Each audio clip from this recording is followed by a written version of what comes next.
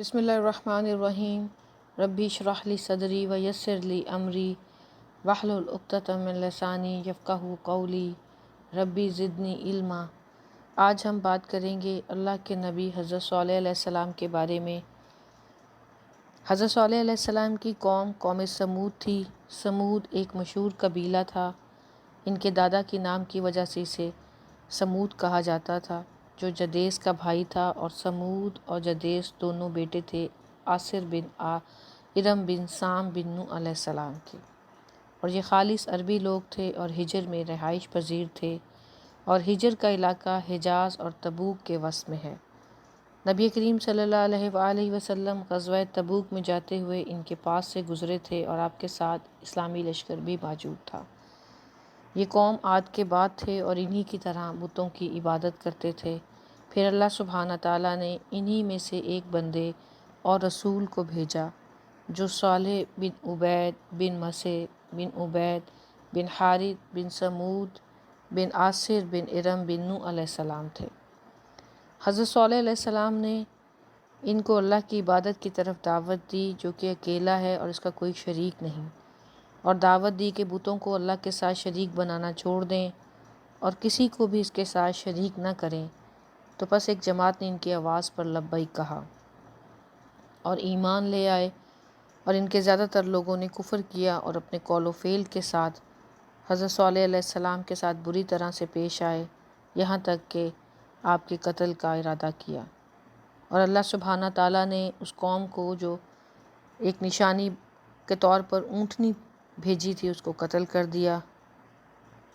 اور اللہ سبحانہ تعالیٰ اس قوم کا ذکر سورہ اعراف، سورہ شورى، سورہ ہجر اور بہت سے مقامات پر قوم عاد اور سمود کا تذکرہ اکٹھا فرمایا، جیسے کہ سورہ توبہ، سورہ ابراہیم، سورہ فرقان، سورہ صاد، سورہ کاف، سورہ نجم اور سورہ فجر شامل ہے۔ اور کہا جاتا ہے کہ اہل کتاب یعنی بنی اسرائیل ان دونوں قوموں کی خبروں سے ناواقف تھے، اور ان کی کتاب تورات میں ان کا تذکرہ موجود نہیں تھا۔ قوم سمود کے لوگ خالص عربی تھے، اور یہ قوم دنیا میں عاد کے بعد آئی، لیکن ان کے ہولناک انجام سے کچھ بھی عبرت نہ پکڑی۔ اسی وجہ سے ان کے نبی نے ان کو فرمایا کہ اللہ ہی کی عبادت کرو، اس کے سوا تمہارا کوئی معبود برحق نہیں۔ تمہارے رب کی طرف سے تمہارے پاس کھلی دلیل آ چکی ہے، اور وہ دلیل یہ اللہ کی اونٹنی ہے۔ تم اس کو چھوڑ دو تاکہ اللہ کی زمین میں کھاتی پھرے، اور اس کو برائی کے ساتھ نہ چھونا، ورنہ تمہیں دردناک عذاب آن پکڑے گا۔ اور یاد کرو کہ رب تعالیٰ نے تم کو عاد کے بعد خلیفہ بنایا اور تم کو زمین پر بہترین ٹھکانہ دیا۔ تم اس کی نرم زمین میں محلات بناتے ہو اور پہاڑوں کو تراش تراش کر گھر بناتے ہو۔ اللہ کے ان احسانات کو یاد کرو اور زمین میں فساد مچانے والے نہ بنو۔ اللہ نے عاد کے بعد تمہیں اس زمین پر بھیجا، اور تم عاد کے دہشت زدہ انجام سے خوب عبرت حاصل کرو، اور ان کے کرتوتوں کے برعکس نیک عمل کرو، اور تمہارے لیے یہ زمین مہیا کر دی۔ تم اس کے نرم حصے میں محل بناتے ہو اور پہاڑوں کو تراش تراش کر بڑی مہارت سے اپنے گھروں کو بناتے ہو، یعنی اس کی صنعت کاری میں اور اس کی پختگی اور مضبوطی کرنے میں تم ماہر ہو۔ تو بس اللہ کی اس نعمت کا مقابلہ اس کے شکر اور اچھی عمل کے ساتھ کرو، اور اسی اکیلے کی عبادت کرو جس کا کوئی شریک نہیں، اور اس کی مخالفت اور اس کے حکم کی نافرمانی سے بچو، ورنہ اس کا انجام تباہی کا پیش خیمہ ثابت ہوگا۔ حضرت صالح علیہ السلام نے جب قوم کو یہ عمدہ نصیحت فرمائی تو قوم نے جواب دیا اور کہنے لگے، اے صالح، تم سے ہمیں بہت سی امیدیں وابستہ تھیں، تو کیا تم ہمیں روکتے ہو کہ ہم ان بتوں کی عبادت نہ کریں جن کی عبادت ہمارے آباء و اجداد کرتے ہیں، اور جس کی طرف تم ہمیں بلاتے ہو ہم تو اس میں شک و فریب میں پڑے ہوئے ہیں۔ تو حضرت صالح علیہ السلام نے فرمایا، اے قوم، تمہارا کیا خیال ہے اگر میں اپنے رب کی طرف سے واضح دلیل پر ہوں اور اس نے مجھے اپنی طرف سے رحمت عطا کی ہو، تو پس میں اس کی نافرمانی کروں تو کون ہے مجھے اللہ کے عذاب سے بچانے والا، اور تم سوائے نقصان کے میرا اور کچھ نہیں کر سکتے۔ اور حضرت صالح علیہ السلام کا اپنی قوم سے یہ بہترین نرمی سے بھرپور خطاب تھا، اور ان کو بھلائی کی طرف دعوت دینے کا احسن اور حسین طریقہ تھا، لیکن وہ قوم راہ ہدایت پر نہیں آئی۔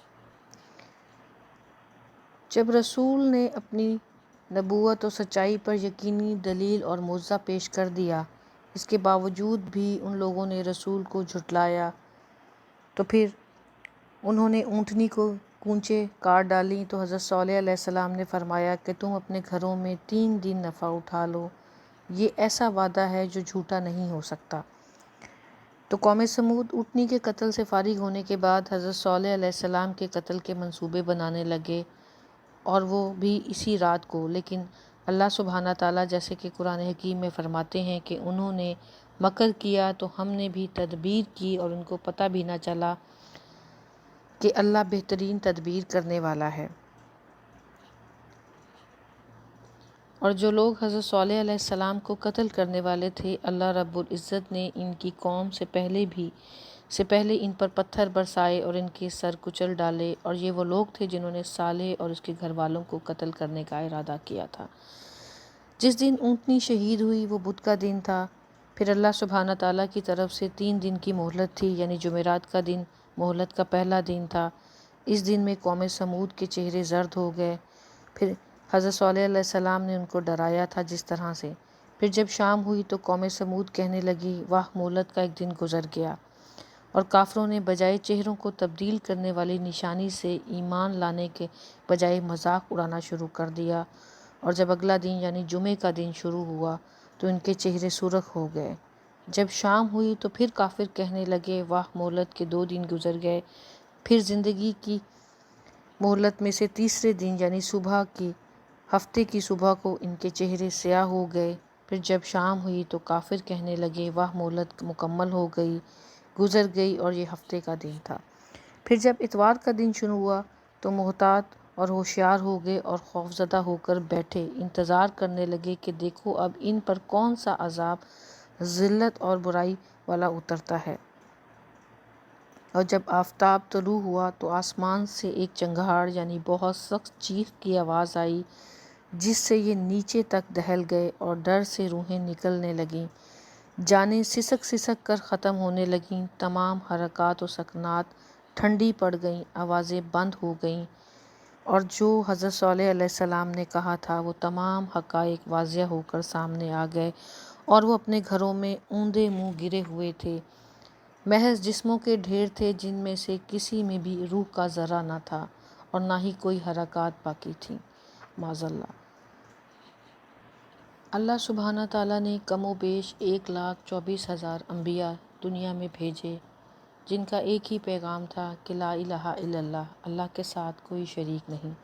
اللہ سبحانہ تعالیٰ ہمیں صحیح طور پر لا الہ الا اللہ پہ عمل پیرا ہونے کی توفیق عطا فرمائے، اور ہر اس چیز سے بچائے جو ہمیں گناہ اور گمراہی کی طرف لے کے جاتی ہے، اور امت محمدی ہونے کا حق ادا کرنے کی توفیق عطا فرمائے، اور میری اس کوشش کو اپنی بارگاہ الہی میں قبول و مقبول فرمائے۔ وآخر دعوانا ان الحمد للہ رب العالمین۔